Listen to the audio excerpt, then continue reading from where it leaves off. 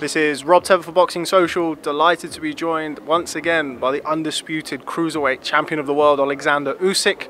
We're here in Manchester ahead of his bout with Tony Bellew. Alex, how are you? I am good. I'm very good. It's nice to see you again.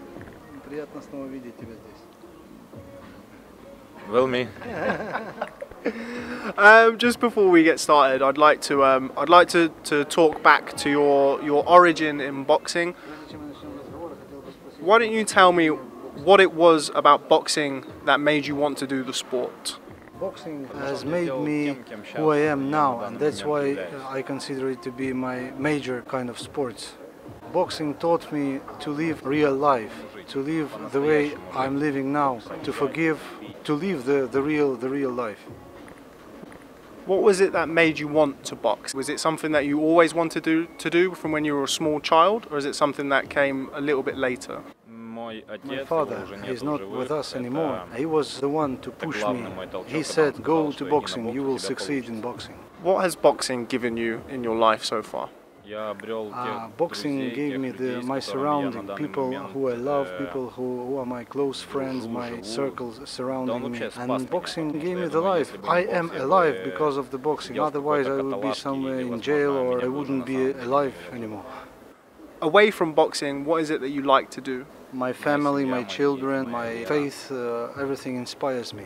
Tell me about the Ukrainian amateur system. The modern day Ukrainian Eastern European style is flooding boxing. It's very, very popular, very successful. What was it like honing your skills in that setup? There is one personality, my first trainer, he actually accepted me to boxing. His name is Lapin Sergey. The first thing he taught me is to love boxing. And he taught me, first of all, I have to defend, and only then I have to put punches. It's all his success, because he took me to boxing. He accepted me as a fighter, as his student. Otherwise, I wouldn't be here speaking to you. You're somebody who enjoyed tremendous success as an amateur, but you had some setbacks along the way. You boxed in the Olympics and 2008 before you won the gold. How important was that to your development as a fighter to have times where you weren't always successful? After the Olympics, I decided to quit boxing at all. So I was out for like 3 or 4 months, and there is one more person, Danilchenko, Alexander, convinced me to come back. See, I didn't know that. What was it that drew you back in? You say you were convinced to do it. Was it to fulfill your dream of winning gold? He showed me 2 possible ways. One way is the way of success. The second way was the way of the deep bottom. Tell me about your experience of coming to London in 2012. You won the Olympic gold medal. Did you ever think that you would be coming back to the UK as a professional to fight for world titles? By that time, I wasn't thinking of that at all, because that seemed to be a so far away dream that even couldn't come true by that time. Did you have any influences, like fighters that you looked up to from when you were an amateur, that you looked at in the professionals and you liked their style, you liked to study them? It's Muhammad Ali, it's Evander Holyfield, Hopkins, Roy Jones. It's big champions. My favorite fighter is James Toney. Is James Toney somebody that you ever looked at? I was watching this guy, the way he used to defend himself. His defense was something extraordinary. You mentioned Evander Holyfield. Already, after just 15 fights, you're being compared to Evander Holyfield as one of the greatest cruiserweights of all time. How does that make you feel? I need to go a long, hard way even to approach to Evander Holyfield. I'm far behind. I saw a photo with you and Evander Holyfield at the WBC convention. Did you speak with him? What did you say to him? I said to him, Evander, thank you very much for all the work you've done in boxing, because you were the one to inspire me. You made a great job becoming the champion, and I know how hard it is because I'm training myself. I know that your mother supported you and that you had a really hard way. You made a hard work on the way to where you were. So I thanked him. You've mentioned Muhammad Ali. You, of course, won the Ali Trophy in the World Boxing Super Series. Is that your greatest achievement, amateur or professional? No. My biggest achievement in boxing, either professional or amateur, is the gold medal on the Olympics in London. But Muhammad Ali Trophy is just next to the gold medal. Okay. Gold medal. Grand Prix, Kubok Muhammad Ali, it's one. First place. First place, yeah. Okay, I understand. You had an amazing reception today at the workout in Manchester. You're somebody who has travelled throughout your career to fight champions in their home countries. You're doing it again against Tony Bellew.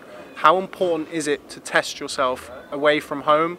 And what was it like to have the reaction of the fans? I really love working, cooperating with fans, because all I do for fans. And I love when people recognize your achievements, your skills, when people recognize what you've done. And you don't need to hide from them. You need to get closer. When they ask for the autographs, for pictures, for selfies, you need to help fans as much as possible, because the fans are actually the audience that create you as a personality in boxing.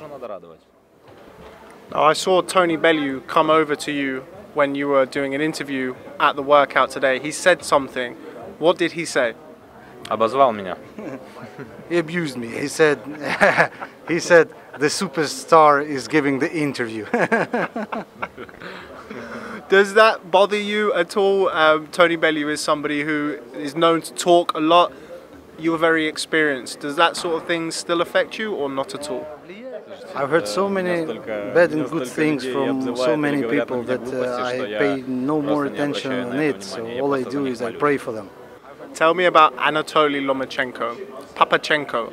He is somebody who, from the outside looking in, I'm fascinated by. What's it like to work with him?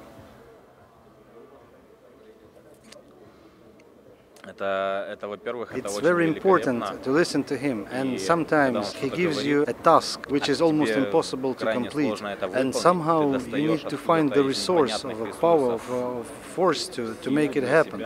And when you are about to say no, you think of the success you are working at, and you need to comply with everything he says, because he knows the real way to success.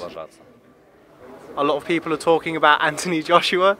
Tony Bellew thinks you're overlooking him about a fight for Anthony Joshua. Is that true? Tony talks too much. I'm not overlooking him. I have a fight in front of me, and this fight is with Tony Bellew. What people say I cannot control. It's the nature of a human being to talk. Just finally, because I know you're looking to go to eat, what message have you got to UK fans? You're somebody who is very popular here already. What message have you got for them tuning in to watch you on Saturday night? I want to say thank you for the support you're giving me, and thanks for this beautiful kind of sports being born here, and I will do my best to give you the best performance I am able to, and will go on sharing my smile with you. Well, we look forward to seeing it. Alexander Usyk, thank you so much for speaking to Boxing Social. Look forward to seeing you in action on Saturday night.